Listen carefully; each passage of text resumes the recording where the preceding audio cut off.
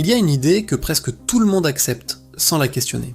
Une idée si profondément ancrée dans notre façon de concevoir le monde qu'elle est devenue invisible.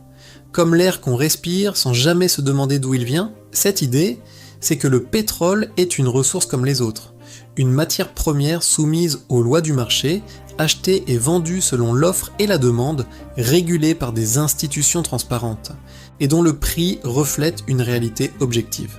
Mais si cette idée était fausse, fondamentalement, structurellement, délibérément fausse, ce que nous allons explorer ensemble n'est pas une théorie du complot, c'est l'histoire de mécanismes réels, documentés, assumés par leurs architectes, qui ont façonné l'ordre économique mondial depuis plus de 50 ans.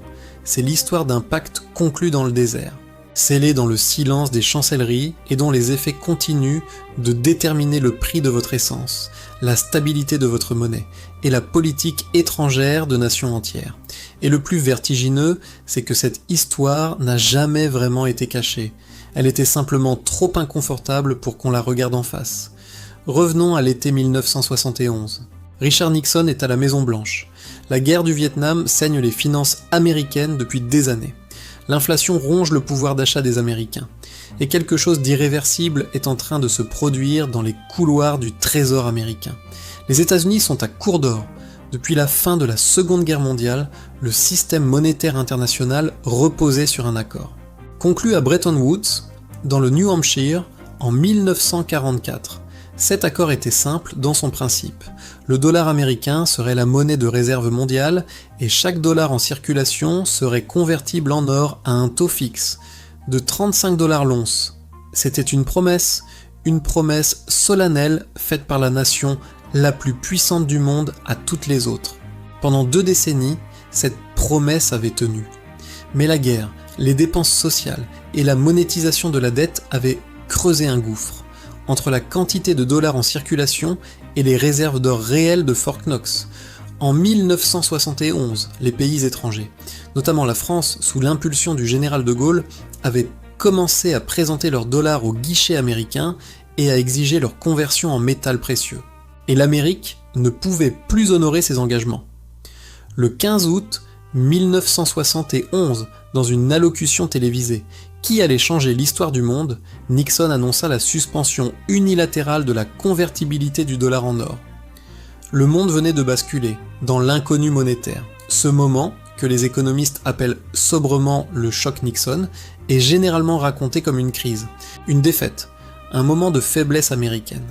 Mais ce récit est trompeur, car dans les mois et les années qui suivirent, les stratèges américains allaient transformer cette défaite apparente en l'une des manœuvres géopolitiques les plus audacieuses de l'histoire moderne. Pour comprendre comment, il faut se rendre dans un autre désert, pas celui du New Hampshire, mais celui d'Arabie. En 1945, à bord d'un croiseur américain ancré dans le canal de Suez, Franklin Roosevelt avait rencontré le roi Ibn Saoud, d'Arabie Saoudite. Cette rencontre, quasi inconnue du grand public, allait poser les fondations d'une alliance qui dure encore aujourd'hui. L'accord tacite était d'une simplicité brutale. Les États-Unis garantissaient la sécurité militaire de la maison des Saouds. Et en échange, l'Arabie Saoudite fournirait aux Américains un accès privilégié à ses immenses réserves pétrolières. C'était une relation de convenance, entre deux puissances aux intérêts radicalement différents, mais dont les besoins se complétaient avec une précision presque chirurgicale. Après le choc Nixon, cette alliance allait prendre une dimension entièrement nouvelle. Henry Kissinger, alors secrétaire d'État, comprit avant tout le monde que si le dollar ne pouvait plus être adossé à l'or, il fallait l'adosser à quelque chose d'autre, quelque chose que tout le monde voudrait, quelque chose dont tout le monde aurait besoin, et cette chose, en 1973, s'imposait avec une évidence presque désagréable: le pétrole. Les négociations qui suivirent ne figurent dans aucun manuel scolaire. Elles se déroulèrent dans la discrétion absolue que seule permet la diplomatie de haut niveau, loin des parlements et des journalistes. Le principe était le suivant: l'Arabie Saoudite accepterait de vendre son pétrole exclusivement en dollars américains, pas en livres sterling, pas en marques allemands, pas en francs français, uniquement en dollars. En échange, les États-Unis s'engageaient à fournir une protection militaire durable au royaume, à lui vendre des armes de pointe et à garantir la survie de la dynastie régnante face à ses ennemis intérieurs et extérieurs. L'accord fut scellé en 1974 et avec lui naquit ce qu'on appellera le pétrodollar. L'ingéniosité diabolique de ce système tient à une mécanique que l'on peut expliquer simplement si vous êtes un pays qui importe du pétrole. Et presque tous les pays du monde en importent. Vous avez besoin de dollars pour payer vos factures énergétiques. Pour obtenir des dollars, vous devez soit exporter vers les États-Unis, soit emprunter sur les marchés financiers internationaux, soit détenir des réserves de dollars. Dans tous les cas, la demande mondiale en dollars est structurellement maintenue à un niveau artificiellement élevé, indépendamment des fondamentaux économiques américains. Les États-Unis peuvent ainsi imprimer de la monnaie, financer des déficits colossaux, s'endetter à des taux préférentiels et exporter leur inflation vers le reste du monde, le tout sans jamais subir pleinement les conséquences, qui frapperaient n'importe quelle autre nation dans la même situation. Ce privilège, l'économiste français Valéry Giscard d'Estaing l'avait qualifié d'exorbitant privilège dès les années 60, avant même que le système pétrodollar ne soit pleinement formalisé.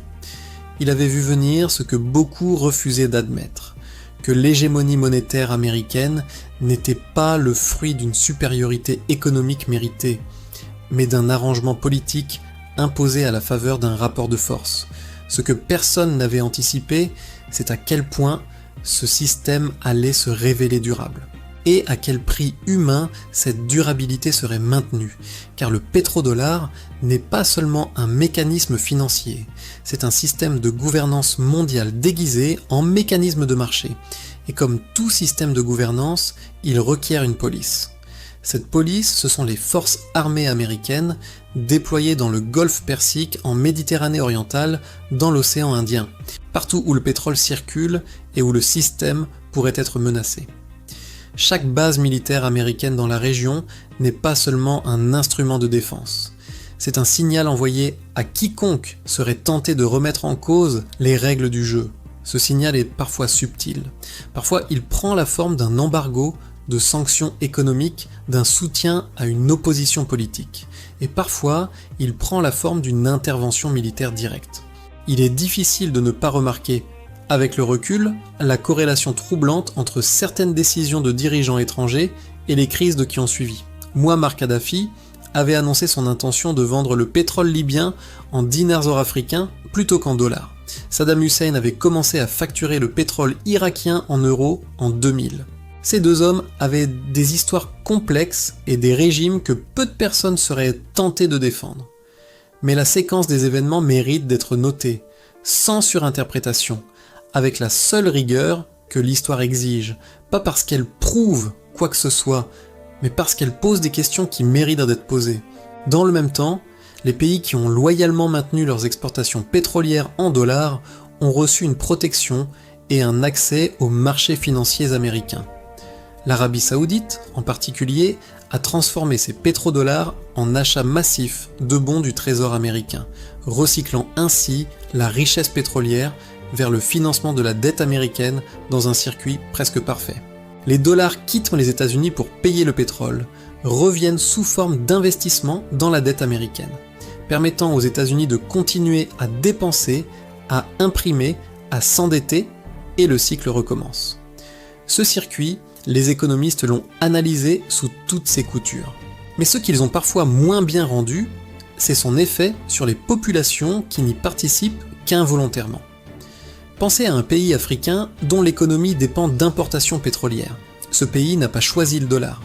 Il n'a pas voix au chapitre dans la politique monétaire de la Réserve fédérale américaine. Pourtant, chaque fois que Washington décide d'augmenter ses taux d'intérêt, les capitaux fuient les marchés émergents. Le dollar se renforce et le coût des importations pétrolières de ce pays explose. L'inflation s'emballe, la dette extérieure, libellée en dollars, devient insoutenable. Et le Fonds monétaire international arrive avec ses programmes d'ajustement structurel, ses conditions, ses exigences. Le cercle est bouclé. Il ne s'agit pas d'accuser, il s'agit de comprendre. La plupart des architectes de ce système n'étaient pas des démons. Ils étaient des stratèges qui avaient résolu un problème complexe avec les outils à leur disposition. Kissinger lui-même avait écrit avec une franchise désarmante que quiconque contrôle le pétrole contrôle les nations, et quiconque contrôle la nourriture contrôle les peuples. Cette déclaration n'est pas celle d'un complotiste, c'est celle d'un pragmatique qui décrit froidement les leviers du pouvoir réel. Et comprendre ces leviers n'est pas une posture cynique, c'est la condition minimale pour naviguer dans un monde qui ne correspond pas toujours aux cartes qu'on nous a données.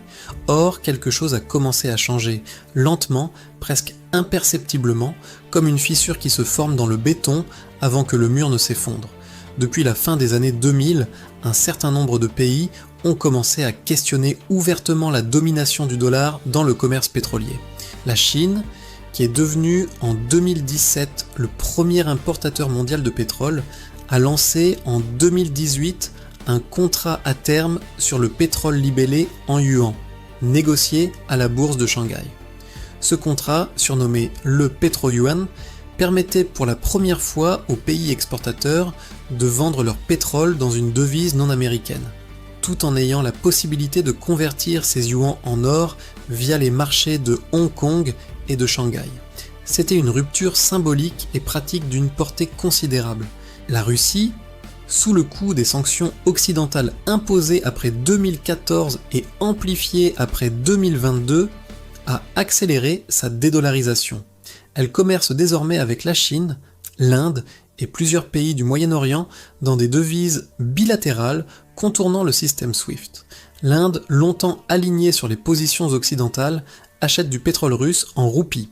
L'Iran, sous embargo depuis des décennies, a développé ses propres mécanismes de contournement du dollar. Et même au sein de l'OPEP, des voix s'élèvent, discrètement, prudemment, pour questionner l'obligation implicite de facturer en dollars. Ce mouvement de fond n'a pas de nom officiel. Il n'a pas de date de naissance. Il n'a pas de leader désigné. Il ressemble moins à une révolution qu'à une érosion. Ce processus lent, par lequel l'eau use la pierre, non pas en un coup violent, mais en un million de gouttes infinitésimales. Et l'érosion, par nature, est difficile à percevoir en temps réel. On la voit seulement dans l'après, lorsqu'on compare la falaise d'hier à celle d'aujourd'hui, mais ceux qui regardent attentivement voient les signes. La part du dollar dans les réserves de change mondiales, qui dépassait 70% au tournant des années 2000, est tombée à moins de 59% en 2023. Une chute historiquement rapide, même si le dollar reste de loin la première devise de réserve mondiale. Les banques centrales du monde entier ont acheté de l'or à un rythme sans précédent depuis les années 90. En 2022 et 2023, les achats nets d'or par les banques centrales ont atteint des niveaux records dépassant 1000 tonnes par an. Pourquoi achète-t-on de l'or quand on pense que le système en place va durer indéfiniment? On n'en achète pas. On en achète quand on doute, quand on veut diversifier ses risques, quand on commence à se demander si le parapluie sous lequel on se réfugie depuis 50 ans sera encore là la prochaine fois qu'il pleuvra. Ce doute, il traverse aussi les marchés pétroliers eux-mêmes. La transition énergétique modifie progressivement la géographie de la demande pétrolière. Les pays qui ont construit leur puissance sur leur capacité à exporter des hydrocarbures regardent l'horizon avec une inquiétude croissante. L'Arabie Saoudite investit massivement dans la diversification de son économie, dans le tourisme, l'industrie, la technologie. Ce n'est pas un hasard. C'est la reconnaissance implicite que le modèle sur lequel repose sa richesse et le pacte qui la garantit pourrait avoir une date d'expiration. Et c'est ici que quelque chose d'essentiel se révèle, quelque chose que l'histoire des systèmes économiques enseigne avec une constance presque déconcertante. Les grandes transitions ne surviennent jamais de la façon dont on les anticipe. Elles n'arrivent pas en fanfare, avec des ruptures nettes.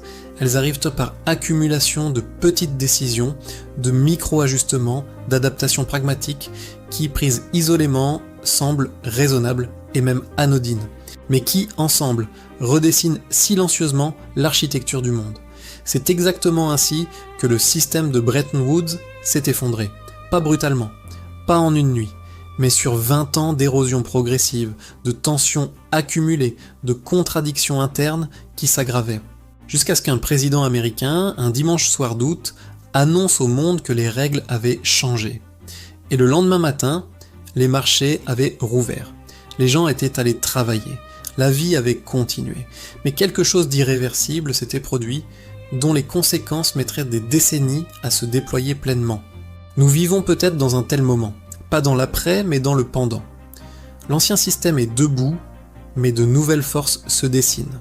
Le prix du pétrole est coté en dollars. Le dollar reste monnaie de réserve mondiale. Les pétrodollars financent la dette américaine. Mais les exceptions se multiplient. Deux dynamiques coexistent, la persistance de l'ordre établi et son érosion souterraine.